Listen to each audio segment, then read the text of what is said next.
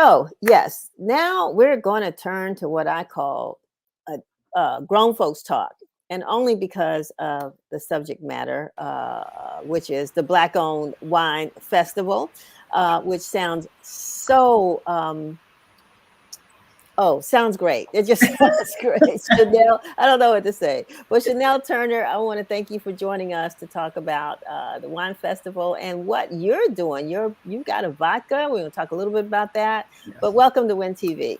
Thank you. Thank you for having me, Miss Denise. Yeah, sure. So first, let's talk about the Black owned wine festival. And I like the term we're talking about Black owned, which means we're talking about Black.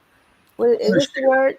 Yes, Black Are they ownership. Are they vintners? What's the word? I don't remember. Oh, they're spiritueneurs. Spiritueneurs. That's the Okay. proper terminology for them. Yes. Okay. So tell us what when you say that, what does that mean, and who is behind this festival? Yes. So the Black Owned Wine and Spirit Festival. This is our 6th year in production. Myself and we have 2 other organizers. We're behind the production of this event. And what this platform is really all about is to bring visibility and awareness to African Americans that are proprietors in the spirit industry.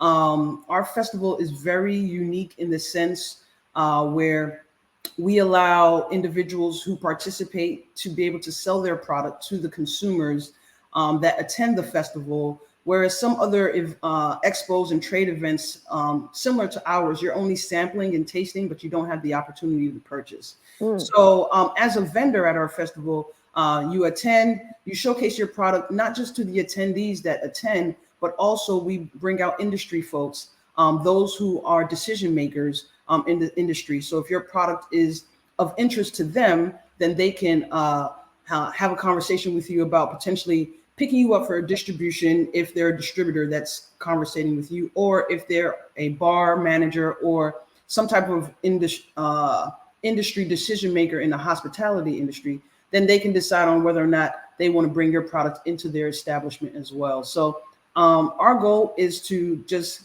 increase the awareness of Black owned brands. Marketing is a great tool, and daily we are being pushed marketing initiatives on mainstream brands, but consumers, they just really are just unaware that a lot of these brands exist. Hence why we created the platform. I started my product, Foudre Vodka, back in 2009. And I literally thought I was the only African-American person that owned a spirit brand. In 2015, Black Wall Street released an article on the top 20 Black owned brands you should know about. And Foudre was on the list. I was totally excited, but everyone else that was on the list I never heard of. And so I thought at that time it was important that we bring some awareness and visibility to the wine producers, the spirit producers, give them an opportunity to showcase their products, because they do often get overshadowed by the mainstream brands. So. Before we go further, though, I know folks are saying, when is it, where is it? So give us those details. So this year, the festival will take place September 10th in Washington, D.C. at the Navy Yard at Blue Drop HQO.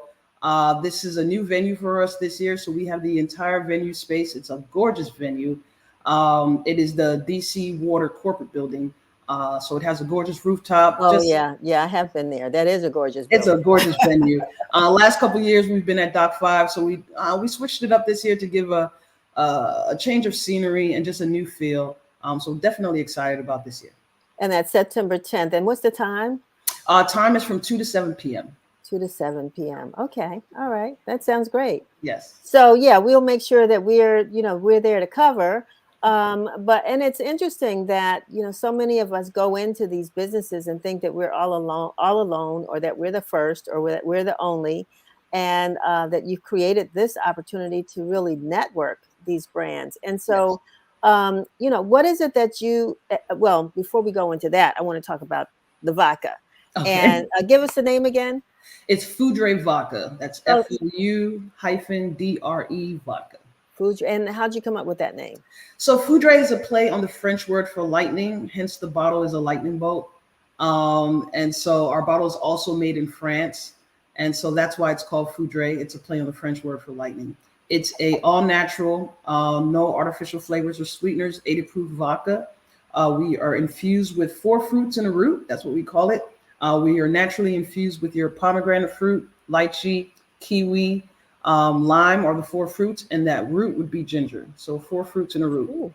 Now, Yeah. how did you get into this business, Chanel? What made you decide to go into the spirit business Well, or helping to raise spirits? What?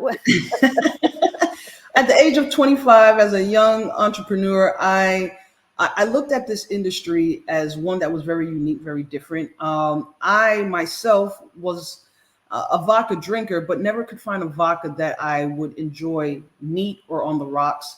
I would always try to find something to mix it with. And so I thought it would be great to have a vodka that you can just pour over ice and actually enjoy. At the time when I started, I couldn't think of any vodka on the market that uh, would give me that satisfaction. And so I started doing some research. And what stood out to me the most about this industry is it is a recession proof industry. And that definitely proved itself during this unfortunate time of COVID, where a lot of things were shut down and not, sales weren't happening. But for liquor was still selling during the height of the pandemic. And so that just proved true that this industry is recession proof, because no matter what's going on in the world, people are going to celebrate and drink. If they're not, they're not in a good space, they'll might have a drink and things of that nature. So that was of interest to me, that it was a recession proof industry.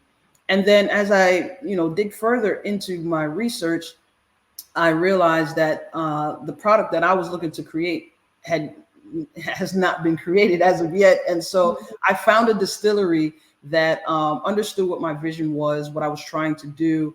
And we went through 87 formulas before we chose the one that's in the bottle today. Wow. And so, I did my due diligence, I did my research to create the product that I have on the market today. But it's just not about me, right? I got on this market, I got into this industry realizing that there's so much more that collectively we can do together. I'm very big on group economics. And so understanding that as a Black-owned manufacturer of a product, I also need to get distribution before it can get to the consumer. Well, there are Black-owned distributors out here that should be. That was my next question. Yeah, I mean, what are some of the challenges that Oh my you God. all face, and how have you been able to overcome those challenges? Not just you, but other spirit. Yes. It's a very, very the industry, it's a pay to play game for the most part. If you don't have deep pockets, then it can be very challenging for you.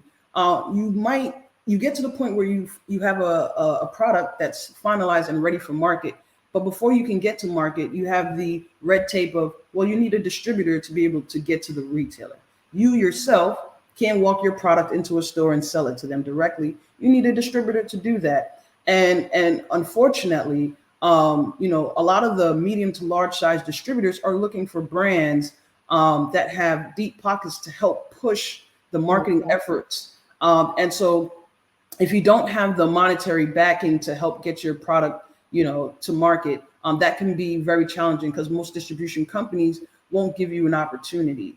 I myself had to make a decision to become a distributor to help get my product to market a lot quicker. Wow. And with that, I was able to offer other brands the opportunity to bring their product to market as well. Talking about cooperative economics, that Yeah. is it. This was, I forget the Swahili term, but yeah, that's fantastic. And then, we talked earlier because one of my favorite retailers in DC, I'm gonna give Bernie a shout out over at Chat's Liquors on Yes. 8th Street on Yes. Capitol Hill, 8th Street Southeast. And I met a young man not too long ago who has another one, Black-owned retailer. I just don't know his name, on H Street Northeast. Okay. But both I know with Bernie, he's really, really, I mean, he's got a shelf that says Black Black. owned Yes. wines, there's no question about, and it invites the general public an opportunity to be exposed to your products. And I don't know how it helps, but maybe you It can chat a definitely little bit about does. that. Mm-hmm. It definitely does. Walking into a retailer and knowing that a particular product is Black owned, you're inclined to saying, well, I didn't know about this product. Let me give it a try. Because again, you're going in there buying what is being marketed and pushed to you. And some of these products, unfortunately, don't have those major dollars to get those big marketing campaigns where it's in your face all the time. So it definitely helps having that shelf space within a retail outlet that indicates that it's Black owned or even local or even woman owned. All those things are very helpful. Have you been able to get into any of the larger retailers yet? For my brand itself, yes, we've gotten Costco, Costco in DC, which is huge for us. They move a lot of alcohol in and out of Costco. So I'm happy to announce that we are definitely in Costco. As a distribution company, because I have a distribution company as well, we've most recently gotten into MGM. So we're slowly bringing in a lot of the products in our portfolio into MGM, and just really just trying to grow the distribution footprint as a distributor so that we can bring all the products that we have in our portfolio with us to any opportunity that we get. We've recently gotten on base, and the military bases is a good place to be a distributor. And then, of course, the airports as well. So we're definitely growing. I'm excited about the future for the distribution company as well as my brand as well. I am really excited as well and proud of what you've been able to achieve. And just, you said you started at 25. I know you're only 26, so you've gotten a lot done. I like that. I'll take it. A lot done in 1 year.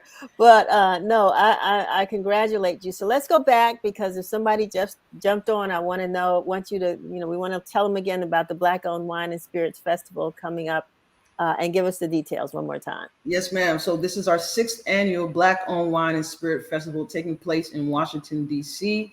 What can you expect? It is September 10th from 2 to 7 p.m. in the D.C. Navy Yard. You can expect 30 plus wine and spirit vendors, along with food vendors, live entertainment, other business vendors, all the owners of these brands, right? So you get an opportunity, because if you think about it, a lot of the brands that we consume today, we'll never meet the owners.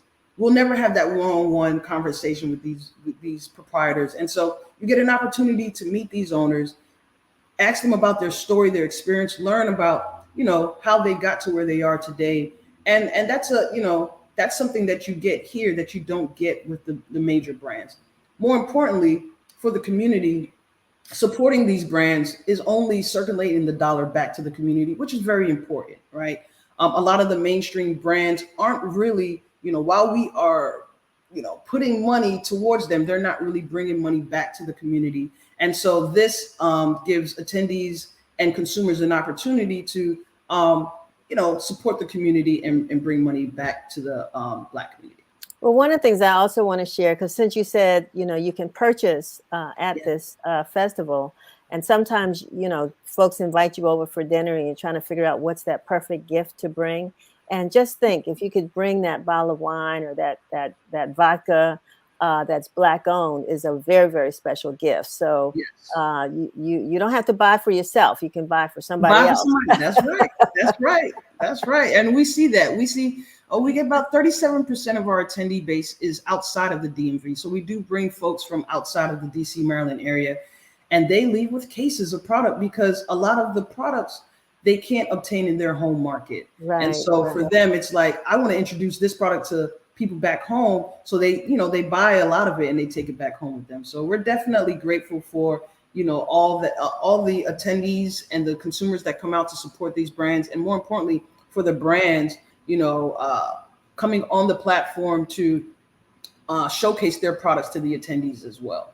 Janelle, thank you so very much for being with us. I wish you the best of luck. Hope to see you in person on September 10th. Yes. And, just remember, you have a home here at the Informer. I always say that. So let us know what Thank you so much. With you. All righty. Take care. Bye-bye. Bye-bye.